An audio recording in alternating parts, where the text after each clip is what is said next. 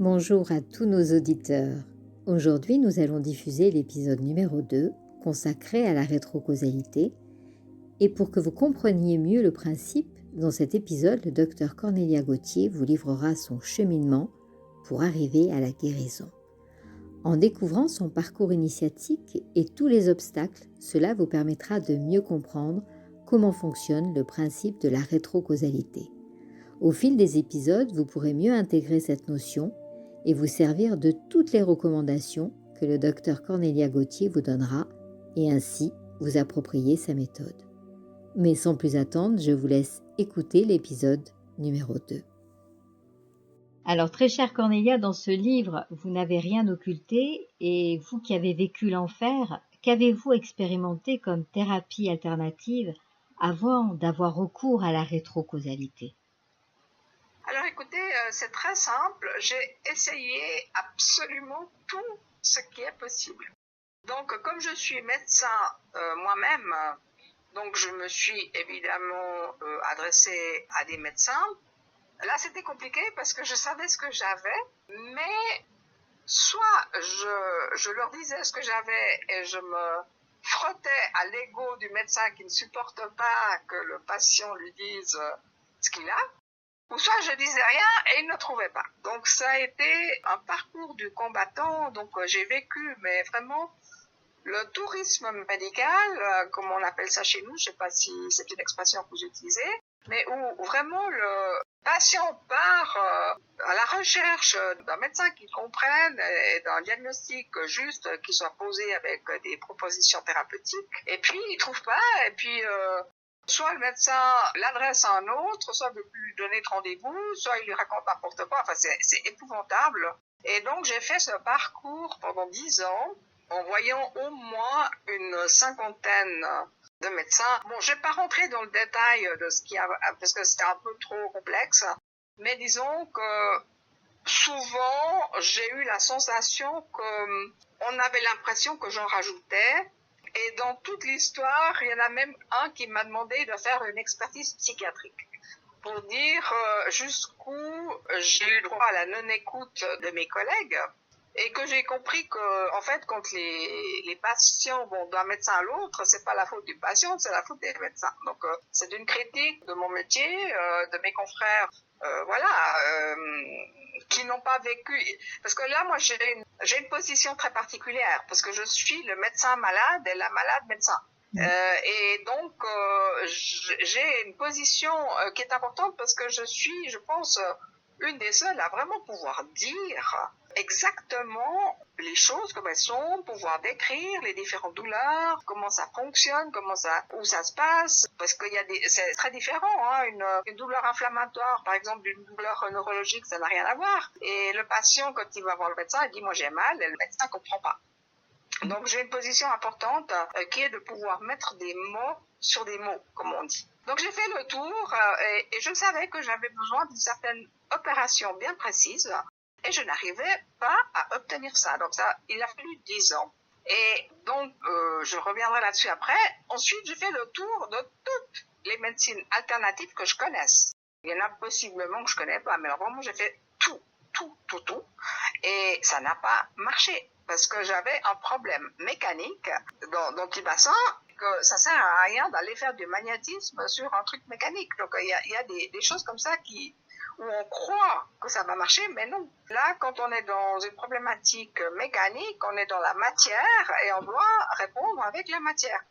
Donc, j'ai eu affaire à ça et j'ai fait toutes les médecines énergétiques possibles et imaginables. Enfin, ça n'a jamais marché parce qu'il fallait que j'ai une opération. Et 2 ans et demi avant que finalement je réussisse à avoir cette opération, j'étais vraiment couchée 23 heures sur 24 depuis des années, à pas savoir comment faire parce que je peux plus m'asseoir.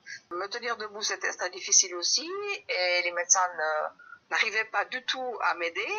Et c'est là que je suis tombée sur le livre de Romuald Le Terrier, Se souvenir du futur. Alors, comme j'avais rien d'autre à faire, j'ai lu ça. Et là, je suis tombée assise parce que lui, il a commencé à parler du futur qui organise le présent, mais ça, j'ai jamais entendu un truc pareil. Et il parlait beaucoup de synchronicité. Et il disait, il a formulé une idée. Il a dit, je pense qu'on pourrait développer une nouvelle médecine et on pourrait l'appeler la synchromédecine, c'est-à-dire que les synchronicités pourraient nous guérir. Alors, je dois dire que là, j'avais jamais entendu un truc pareil. C'était quand même la seule chose que je n'avais pas essayé. Je me suis dit, bon, alors chiche.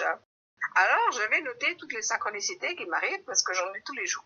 Et ça a duré, en tout cas, une année. Après une année, ça n'allait pas du tout mieux. Et je me suis dit, soit il s'est trompé, soit j'ai rien compris. Il faut savoir que son livre est très, très difficile à comprendre.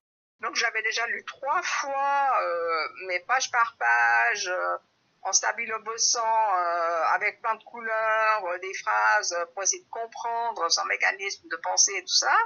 Et après une année, je me suis dit, alors je vais relire le livre parce que peut-être j'ai pas compris quelque chose. Et à ce moment-là, j'ai relu et je voyais tout ce que j'avais passé au stabilo.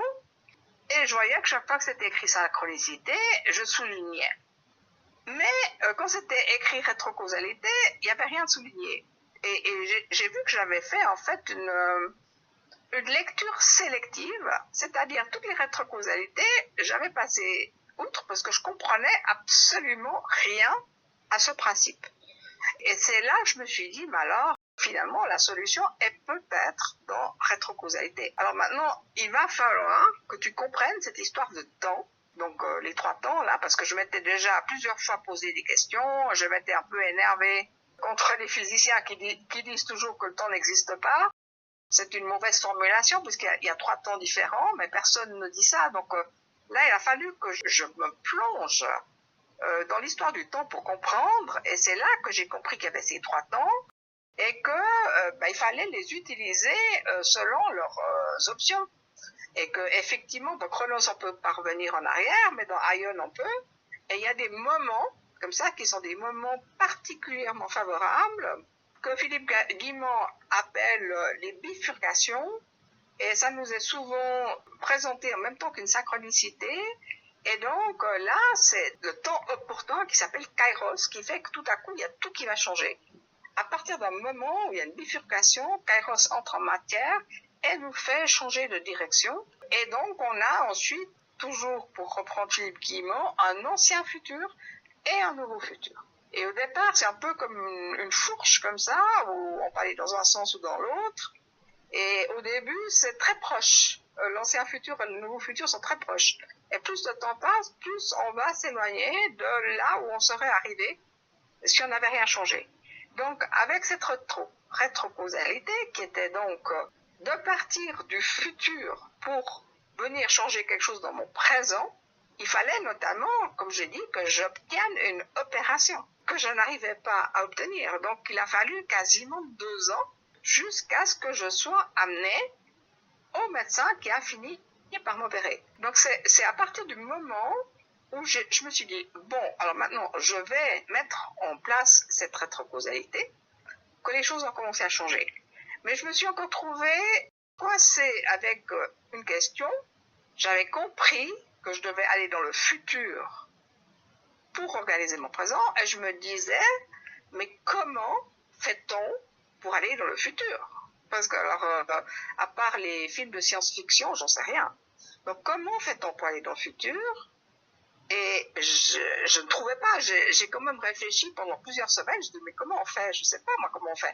J'ai jamais trouvé un bouquin qui me dit comment je fais pour aller dans le futur. Et là, j'ai eu un matin, j'ai dit, je lâche prise. Le lâcher prise, c'est un truc de fou, parce qu'on réfléchit en tournant rond, à un certain moment, on lâche.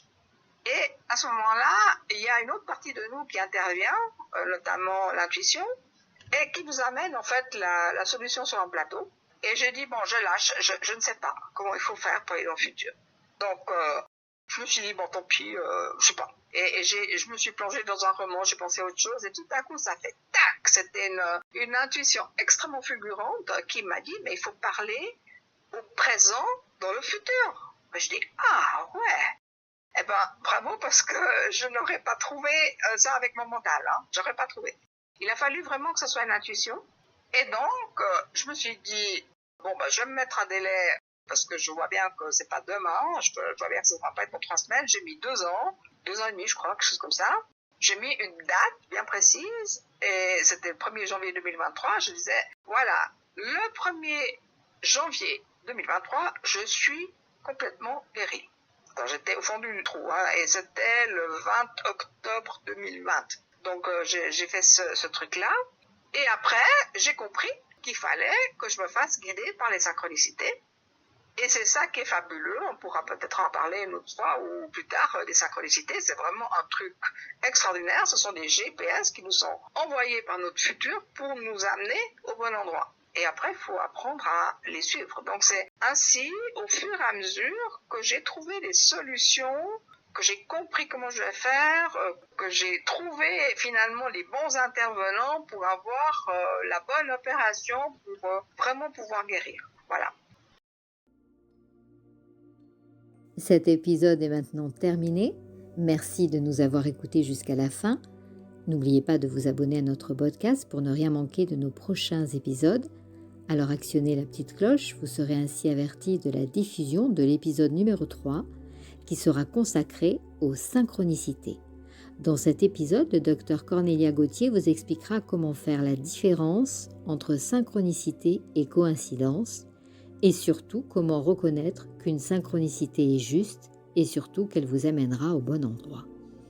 Bien entendu, si cet épisode vous a plu, n'oubliez pas de le liker et de le partager à votre entourage.